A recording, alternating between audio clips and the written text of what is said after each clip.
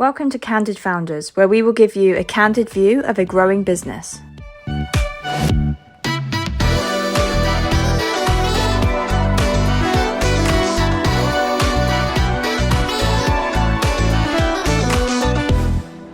Hi everyone, welcome back to Candid Founders, and we're doing another week in the life of episode where we talk about something that's going on in the business at the moment.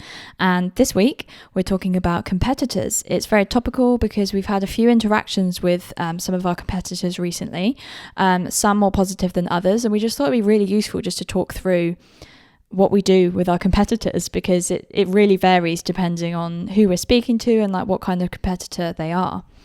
Yeah, and we went to a trade show, which I think is what like really kicked this off in particular. And it's kind of funny that this last customer. So there were three, customers that we've met recently or kind of come across. The first was a refined British gentleman brand that also sold socks made in the UK. The second was a sock company that's relatively similar to us, kind of same model. They came out actually interestingly around the same time as us. And then the third one was someone who's just straight up copied us.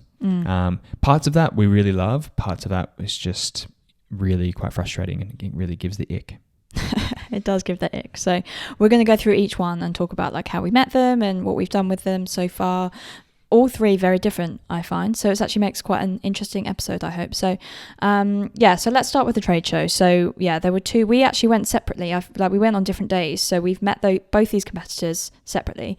What was your experience at the trade show? Yeah, I mean, I just remember going on a Sunday. I probably need to do more things on a weekend.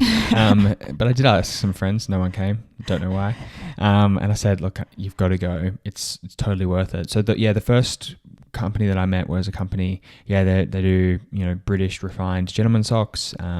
They sell in the UK and in the US, and it felt like we had a really different customer target market. We're probably going more for ladies who are typically gift buyers, whereas this was more men that are buying socks for themselves or gifts for men, for kind of mostly for kind of like suits and that type of thing. Yeah, very, very different vibe that we're going for. So, instantly you can look at them and they look like completely different companies, like all the branding, all the designs.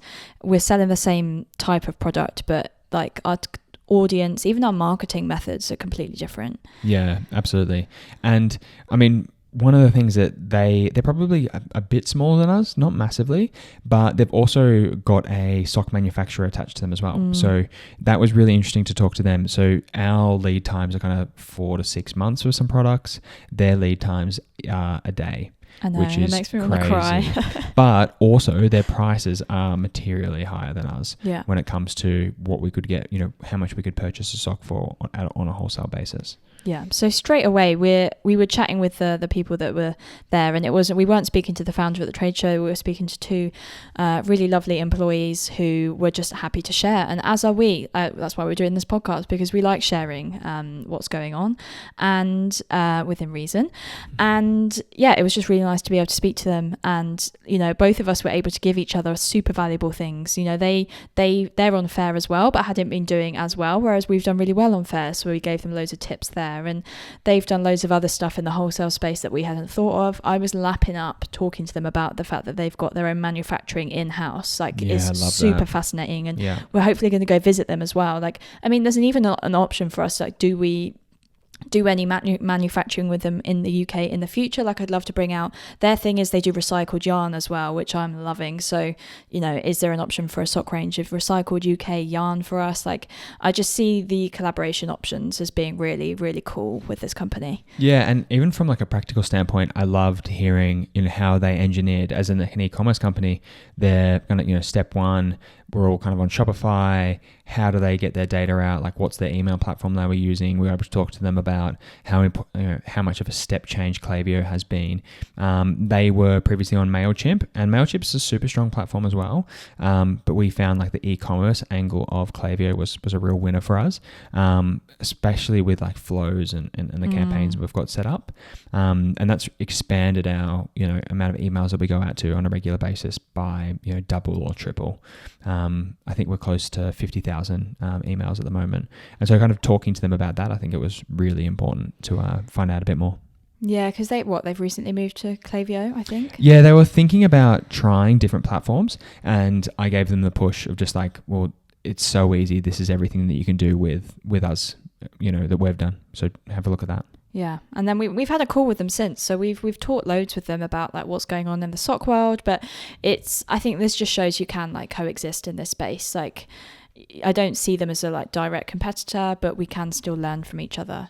Yeah, and I mean, at the scale that we're at, if we have someone who is going to be, competing against us, there's probably a whole bunch of other people that are competing us at a way bigger scale. So I think it's more additive than it is like kind of taking away from each other.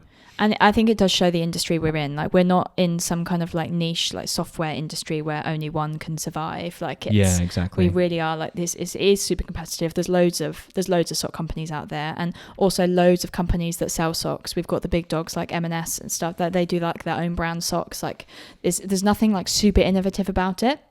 What I would say is obviously we have our unique selling point of donating profits to the animal on the sock. And this is where this next competitor comes in, because they were a second person at the trade show that we both met. And it is another sock company that are doing something very similar to us. So they also have a profit donation program. They're focusing on animals. I would say our designs are quite different. And I think there's a cotton rather than bamboo sock. So there's a few differences there, but ultimately our baseline model is the same. Yeah, and probably closer in terms of target demographics as well. But again, it was really great to talk to someone who's got the same problems that we've got, probably, maybe they're a little bit small, I don't know, but they're doing, really well as well. And it was also nice to talk to someone who's considering going out to a different type of product. That's one thing that we get all the time is, when are we going to expand out of socks? Are we going to go into, say, underwear? Are we going to go into t-shirts? How are we going to go doing that? And we've always kind of thought, I don't know, we've probably got a lot more wiggle room, so to say, pun intended, on our socks. We don't have black, we don't have white, we don't have anything on for diabetics, for example. Yeah, there's a lot to do there. So we saw this competitor. I don't know if we knew that they were going to be there or not, but we were wandering around the trade show and you'd already been up and met him. And I guess that's, I hope, a testament to us that realistically we could have gone up to this guy and pretended to be, well, I don't know if he knew who I was. I've no idea if he knew who our brand was at all. Not going to make that assumption. But yeah, he did. Oh, he already did. Yeah. So maybe he would have recognized me, but possibly you could have gone up to him and pretended to be someone else and just got loads of information from him. Like, I'm sure there are people out there that would do that.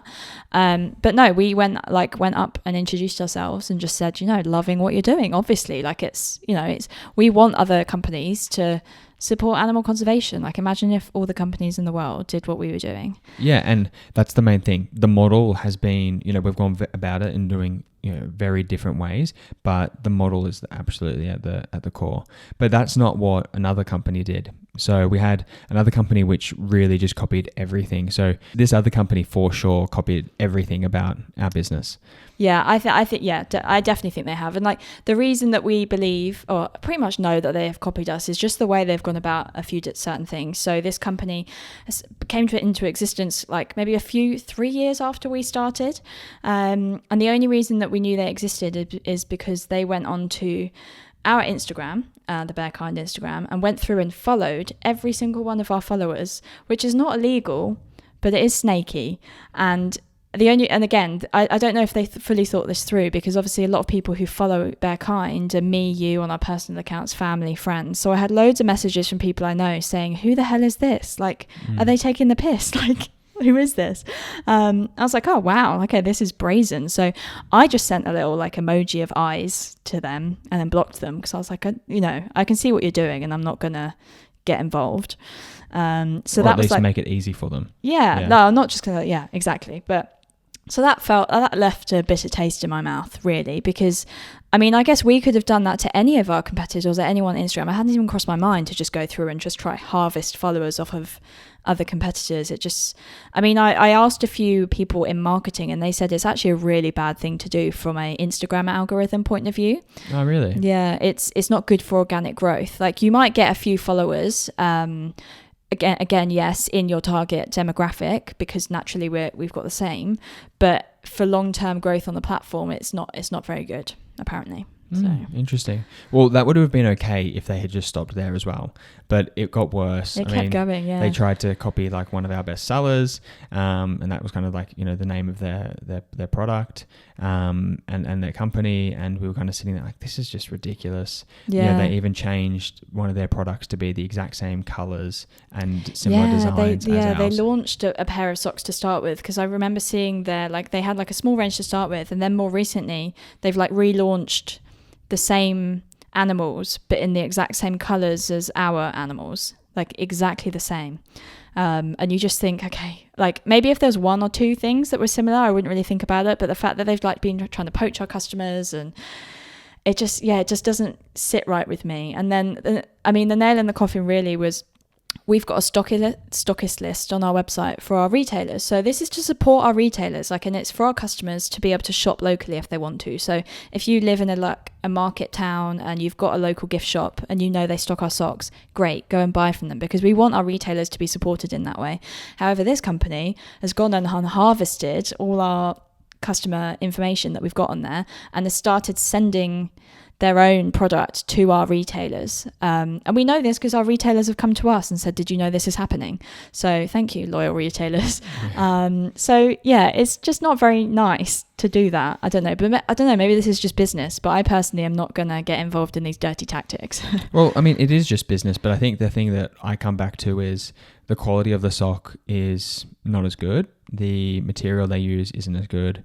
The amount that they donate is, you know, questionable. They're a cheaper, you know, price on retail, and I think more expensive to wholesale as well. So all in all, I just don't think, you know, if we can't compete against this person, then we probably shouldn't be able to compete ourselves. So yeah, I think that's probably the only way I'm thinking about it in like a positive way. Well, I was annoyed to start with, but realistically, we just have to stay in our lane and carry on doing what we're doing and smash it and just be as good as we can be. Yeah, exactly. And I think you can still coexist fine. Like if they're going to carry on going, okay, but I'm not going to like lower myself to that level. I'm going to carry on doing what I'm doing.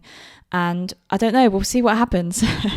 Yeah, I mean, good luck to them. I mean, the main thing that I like that they are doing is they haven't just kind of like copied everything but the charity model. So there's still a charity model there. So at the end of the day, charities win. That's the number one thing. And why we're here. We're really the animals behind those charities. So, you know, the whole reason why we're existing as a business is to kind of like push out, not just to save the animals, but also imagine if every company in the world donated 10% of their profits to maybe not the animal in the sock, but to every single, you know, good cause that is out there. And yeah, it's interesting that this has just all happened in such a small space of time. And that's why we wanted to do an episode on it, because we have just had like some really like niche recent interactions with competitors, and all of them have been very, very different. Absolutely. Yeah, so it's just like super interesting to us that, you know, we've to exist in this space, both of us coming from a banking background where your competitors is very, very different. You can see exactly what's going on and they all copy each other anyway, to this space where ultimately most people are nice and do exist and just try and be the best they can be in their lane. But I don't know, maybe we've got ourselves a copycat. It should be like a flattery thing, shouldn't it? I've heard, but I don't think I'm a fan. Yeah, I totally agree. But I think that's it for us on this episode. Yeah. So if you haven't already, please like, subscribe, and follow us for more. If there's anything you want to hear from us, just whack it down in the comments below. We've already got some bangers, I think, that are about to come out. I hope so. Of yeah. people that, you know, that they want to hear what we've got to say about a particular topic. So yeah, we'll see you hopefully next week. All right. Thanks, everyone. Bye.